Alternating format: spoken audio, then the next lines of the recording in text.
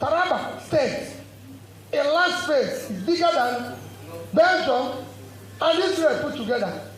Belgium total export last year, put with Israel, is over 300 billion.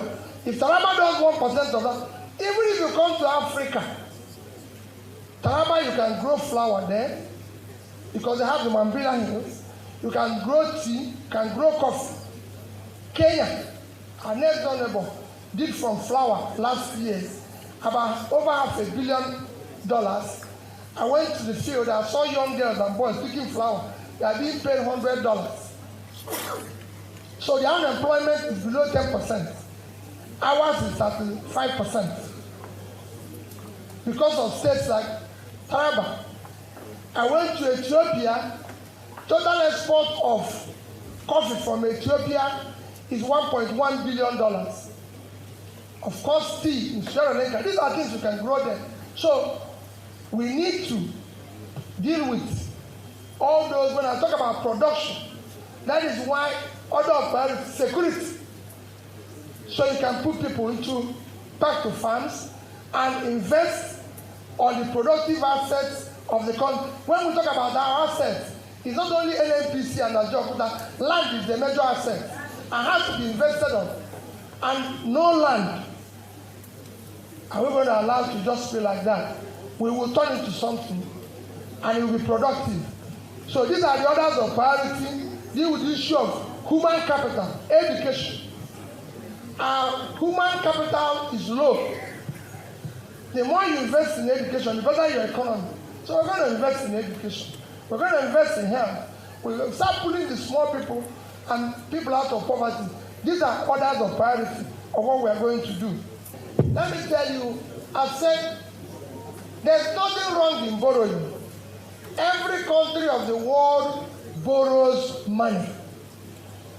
I've not seen any country that is not owing. Especially countries we use, for example. Today, Nigerians who want to cite America, Britain, all those countries owe more than 80% of their GDP. America is the biggest country. With all the dollar and everything, American debt today is over 80% of our GDP. The second country is China. They are owing over 50% of their GDP. The third country is even more compounded, is Japan. They are owing 230% of their GDP. The difference, even Norway, with 1.4 trillion sovereign wealth fund, is owing.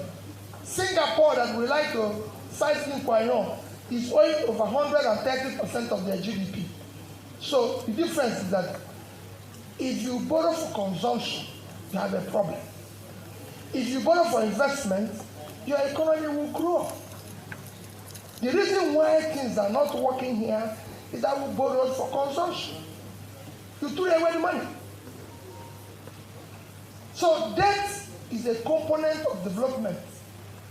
But debt must be used efficiently and effectively for a purpose that brings value. You don't just borrow money and throw it away and then come back. That is why you're even having a problem servicing the debt in the first place. Because the money you borrowed had been thrown away. If it was invested, what you get from the investment is what you use to service the debt. And I've shown countries after countries, third world countries. I'm not comparing us with countries of this thing. I've always showed an example using Bangladesh, a very poor country. Sorry to use it. If they hear it today, they'll say, what is this man talking? But I can tell you, when I went to Bangladesh, you will run away. Because we are far ahead. Countries we are better than South Korea today. In the 80s, it was people, Kari was the person who led World Bank turnaround of South Korea. So many other countries. I can show you countries that we are ahead. But in 2010, I went to Bangladesh as a governor because I wanted to go and study what they are doing with micro businesses. I went there. The first thing I saw is to look at what is their GDP. About 115 billion dollars. Their debt was $45 billion. Their per capita was $747 in 2010. Go and check Nigeria in 2010. Our GDP was $375. Our per capita was $225.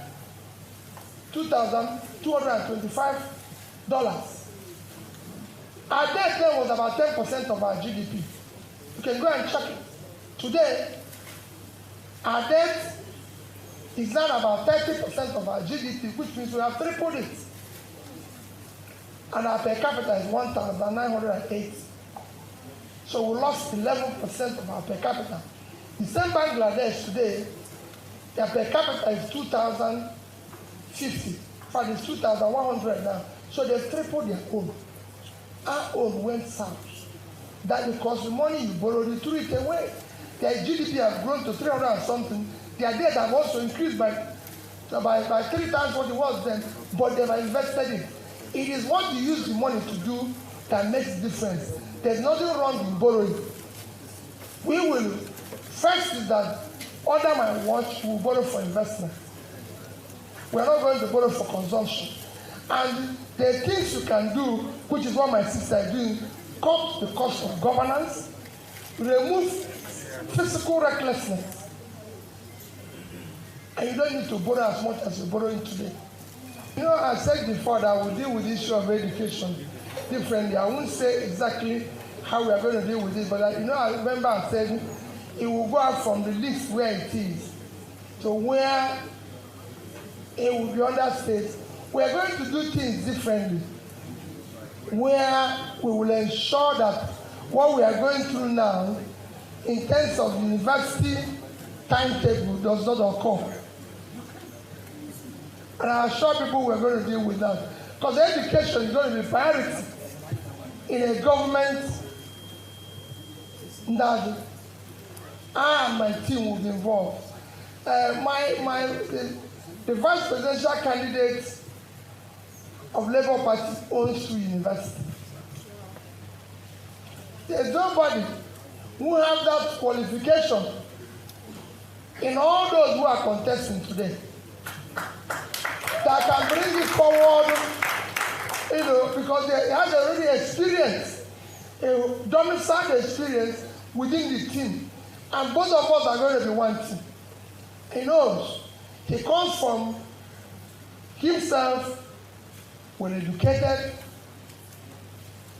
a PhD holder, owns 2 universities, involved with education and investor. So the rest assured we're going to deal with all these issues and how to handle it better. On role of women, again I will refer people to go to my last involvement in governance in Anambra State. I was actually going to establish Ministry of Men Affairs because women were in charge. Go and check from my last chief of staff, last commissioner for finance, head of service, principal, permanent secretary in my office, accountant general, commissioner for finance, commissioner for education, commissioner for local government. I can go on and on. The women took over. And I can tell you, I said, I'm happy that somebody who went to the European Union with me there. Women are more productive than men. When they determine to do anything, they will do it. The men can be thinking, yeah, they will do it. And for me, the rest assured, they will be well involved. I said in my speech that all those unconsulted areas will. The women, the youth, the vulnerable will be involved. This is their government. I'm going to lead a government of the poor, a government of Nigerians. This government will be for Nigerians, by Nigerians. It's not going to be government of elites organized elite conspiracy and criminality. No. That's why we're trying to destroy their structure. That structure that kept us where we are. So, that's the thing. There's one remaining. The ports. Let me tell you about the ports. I'm a trader. No, don't go to that area. I know what to do with the ports. I'm a trader. Yes, I'm a trader. I'm part of it. The president knows now. I'm a trader. I'll show you that I'll make sure that dealing with trade and importation and export will be seamless. Remember, I'm trying to drive exports. That's what we're doing. Mr. President, let me most sincerely thank you again and your team for inviting me. The reason why I said I want it to be interactive is that I want the people to listen to me and take notes. So they know that what I'm speaking is what I'll do, because I have it detailed, it's being taped, I'll have it analyzed, and things I've thought over and over again. I've made comparison with Nigeria and over 30 countries. And I've come to conclusion that the Nigerian problem, though daunting and difficult, is solvable. All it requires is that we need to have a leadership that is committed.